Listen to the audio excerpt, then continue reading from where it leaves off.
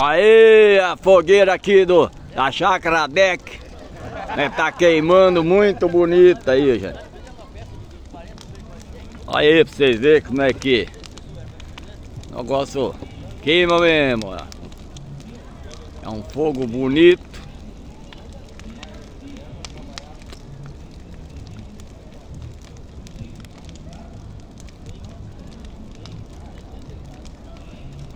A turma estão festando lá na casa, ali no pavilhão. E aqui eu tô filmando aqui, gente. Olha como é que é.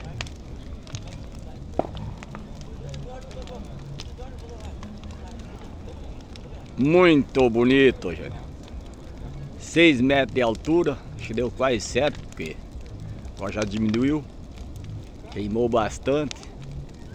Mas é isso aí, repórter Ernestinho. Um abraço para quem está assistindo aí. Que Deus abençoe todos vocês que estão assistindo aí. Tá bom?